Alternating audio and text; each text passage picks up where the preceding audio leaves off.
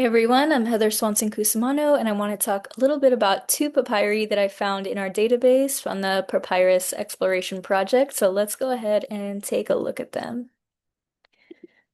Okay, so I researched two papyri from the database Papyri.Info, and the images are provided by the University of Michigan Digital Library.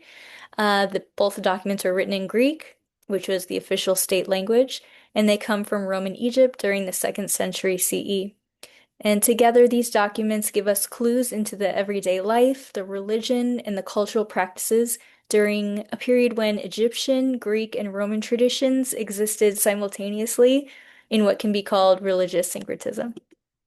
So, our first document is a certificate from June 21st, 250 AD, found in Theodelphia, Batan el Harit, from the Arsinoe Nome in Egypt.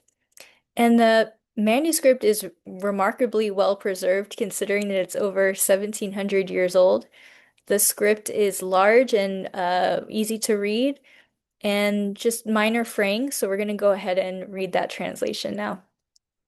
To those in charge of the sacrifices of the village Theodelphia, from Aurelia Bellius, daughter of Pateres, and her daughter Capinis, we have always been constant in sacrificing to the gods, and now, too, in your presence, in accordance with the regulations, I have poured libations and sacrificed and tasted the offerings, and I ask you to certify this for us below. May you continue to prosper.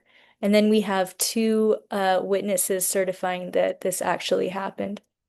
So, this certificate gives us evidence of a state-approved religious sacrifice, which was carried out under the authority of the Roman Empire.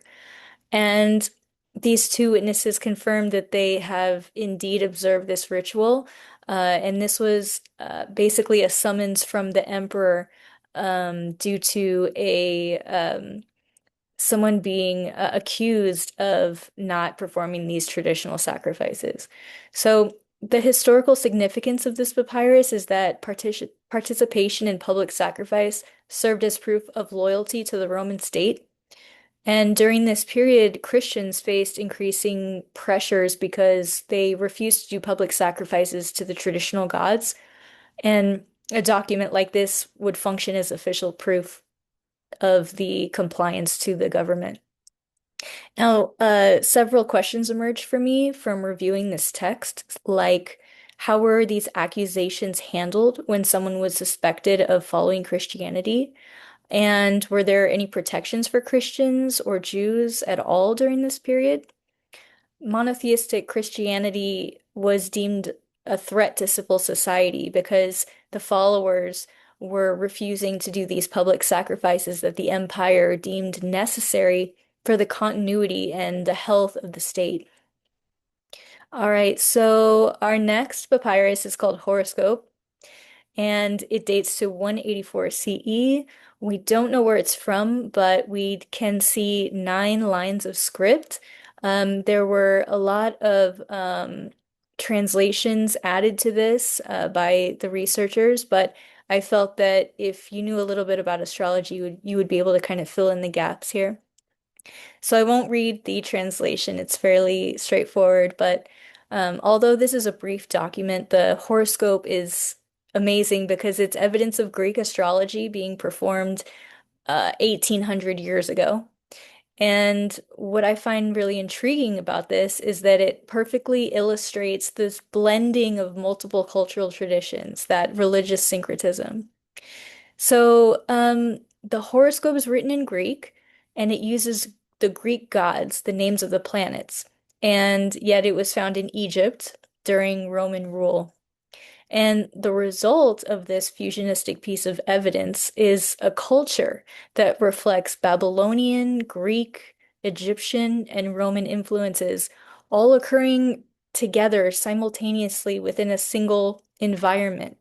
And the papyrus raises some interesting questions about the people involved because no names survived, leaving a lot of uncertainty about who prepared the horoscope and who requested it. And additional information about the individuals that were connected to this specific document could reveal whether the client was Egyptian or Greek or Roman. whether they were a lay person, a wealthy elite, or even a member of the government. Um, it would also help historians understand how widespread astrology was, who was seeking astrological services, if they were being compensated for these services, and what role these practices actually played in everyday life. And, during my research within the database, I found multiple horoscope readings, which would suggest that astrology was fairly common during this time in Roman Egypt. And after a little bit more research, I found that within the Roman Empire, astrology was not viewed as a fringe activity. It played an important role in religion, in politics, and everyday life. It was very deeply embedded within the culture. And many intellectuals even believed that it was extremely accurate, that it could predict these major future events. And because of this deep influence, the Roman government actually began to regulate astrology, especially when the predictions involved emperors or serious matters related to the state.